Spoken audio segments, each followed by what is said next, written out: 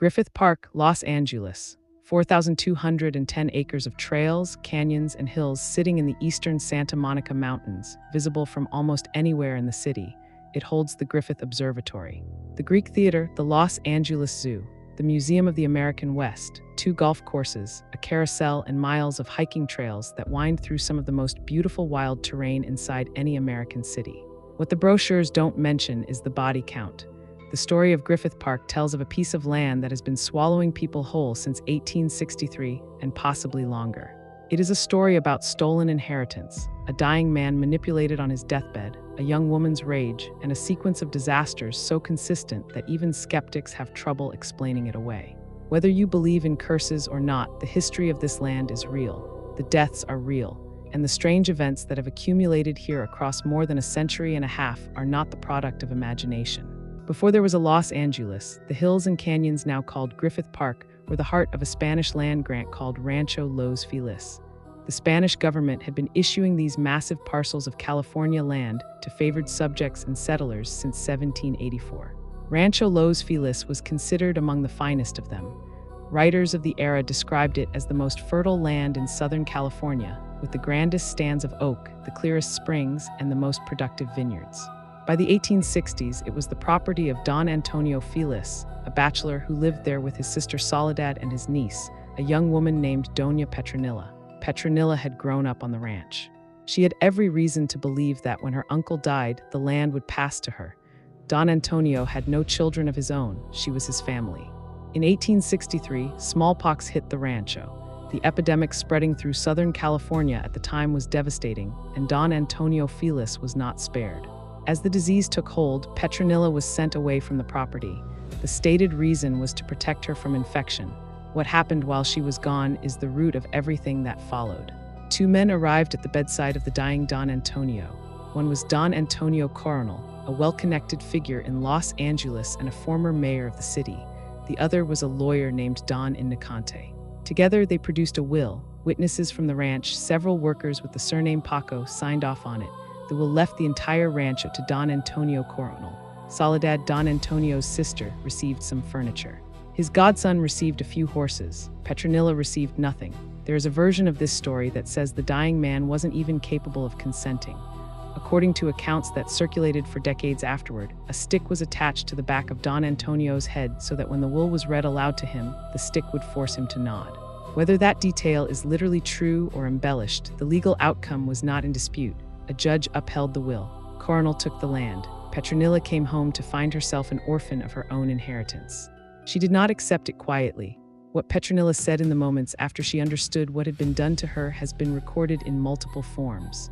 The general account describes her standing on the property, calling down destruction on the land, on Coronel, on the lawyer Antonio, and on the judge who had validated the theft. She spoke of floods spreading destruction. She spoke of oaks withering in tongues of flame. She invoked the wrath of heaven and the vengeance of hell on the terrestrial paradise that had been taken from her. She named Coronel and Antonio directly, saying one would die an untimely death and the other would die in blood and violence. She put a curse on the land itself, proclaiming that no one would ever profit from it. Some versions of the legend say Petranilla was blind. Later, historical research disputes that. Some versions say she collapsed and died immediately after laying the curse.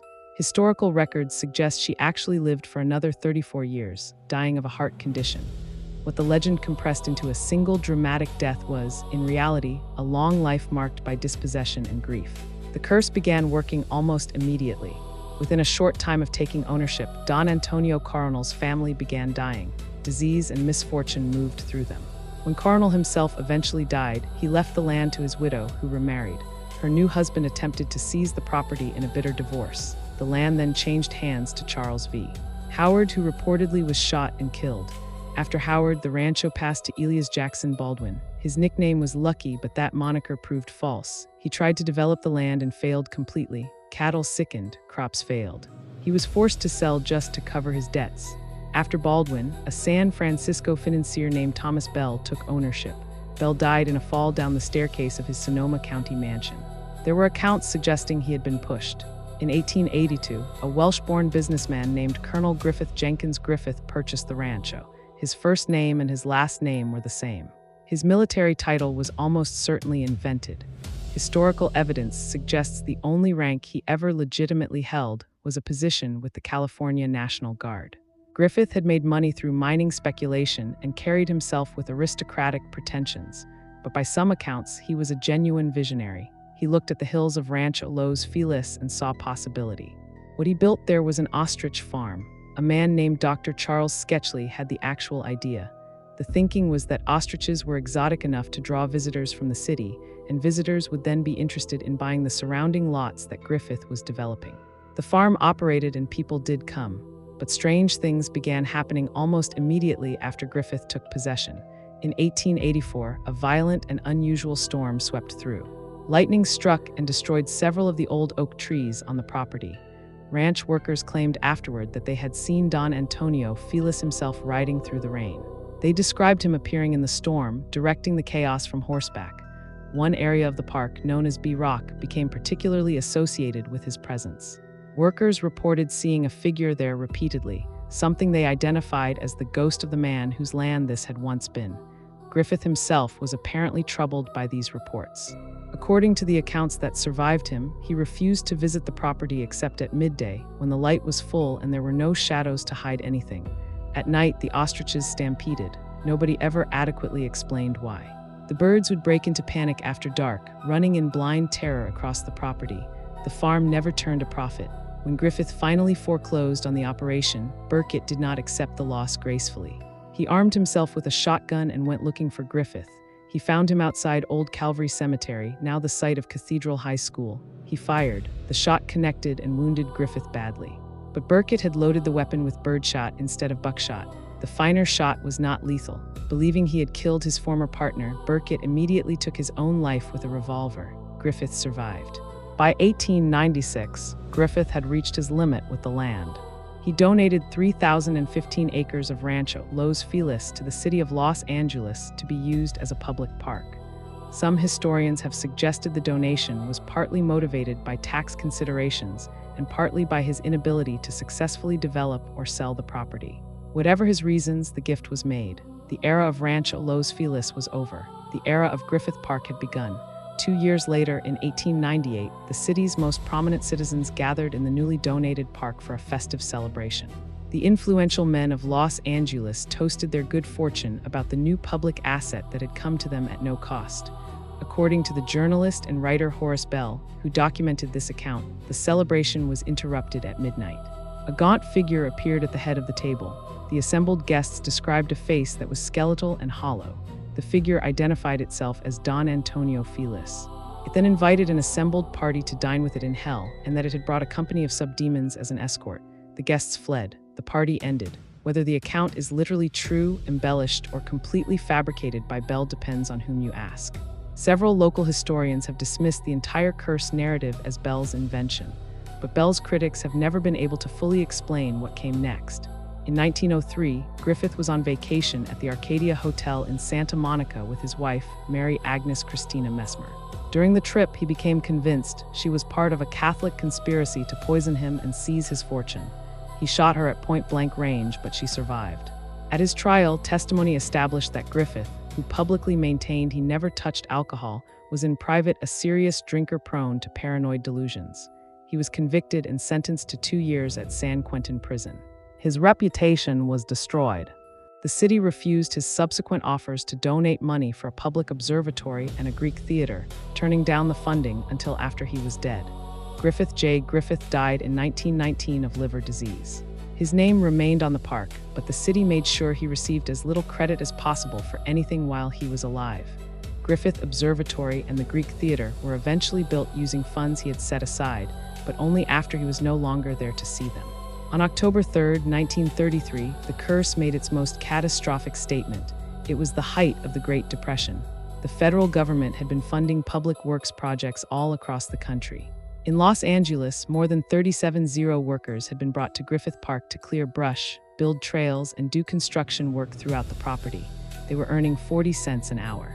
The temperature reached 100 degrees Fahrenheit by noon. Shortly after 2 in the afternoon, a fire started in Mineral Wells Canyon. It began small, it looked manageable. Workers with shovels were directed toward it, supervisors pulling men from their regular tasks and sending them into the canyon to beat the flames down. The Los Angeles Fire Department arrived within 30 minutes. But there was no piped water available in that part of the park, and the canyon was already thick with dry brush after a hot summer. The only tools the men had were shovels. Just before 3 in the afternoon, the wind shifted. In a matter of seconds, a small brush fire became a wall of flame, moving at 20 miles an hour up the canyon directly toward the men. Workers trying to flee upward ran into more workers pouring in from the canyon's entrance, unaware of what had happened below. Some tried to outrun the fire toward the main road. Some were cut off completely. Men in Dam Canyon found themselves fully surrounded by fire with no escape. 29 men died, more than 150 were injured. The fire burned 47 acres before it was brought under control that evening. The death toll itself took weeks to establish because of disorganized record and the fact that many of the men who had been there that day were transients with no fixed address. The official count of 29 was established by the Los Angeles County District Attorney's Office, with 27 confirmed dead at the scene and 2 who died in hospitals afterward. Victims' groups at the time disputed that number, arguing the actual death toll was closer to 58, claiming that some bodies and some workers had simply never been accounted for. No official cause of the fire was ever established. The 1933 Griffith Park fire held the record as the deadliest wildfire in California history for 85 years.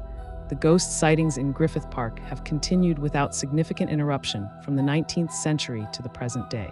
The most frequently reported apparition is a young woman in a white dress, sometimes mounted on a white horse, sometimes seen watching from the windows of the oldest surviving structure in the park, a building now used as the Crystal Springs Ranger headquarters, but historically known as the Paco Feliz adobe. Most people who report this sighting identify the figure as Doña Petranilla, still watching over the land she was denied in life. Don Antonio Feliz himself has been seen repeatedly near the rocky outcrop known as B Rock, near the remnants of the old Los Angeles Zoo. Rangers and visitors have both reported a figure on horseback in the area, behaving in ways that do not fit any living person. Griffith J. Griffith has also been reported in the park, also on horseback, described as moving in ways inconsistent with a living rider. The old Los Angeles Zoo, which was relocated in 1966, leaving the original enclosures abandoned inside the park, carries its own separate reputation. The empty cages and crumbling exhibits still stand within Griffith Park, accessible to visitors.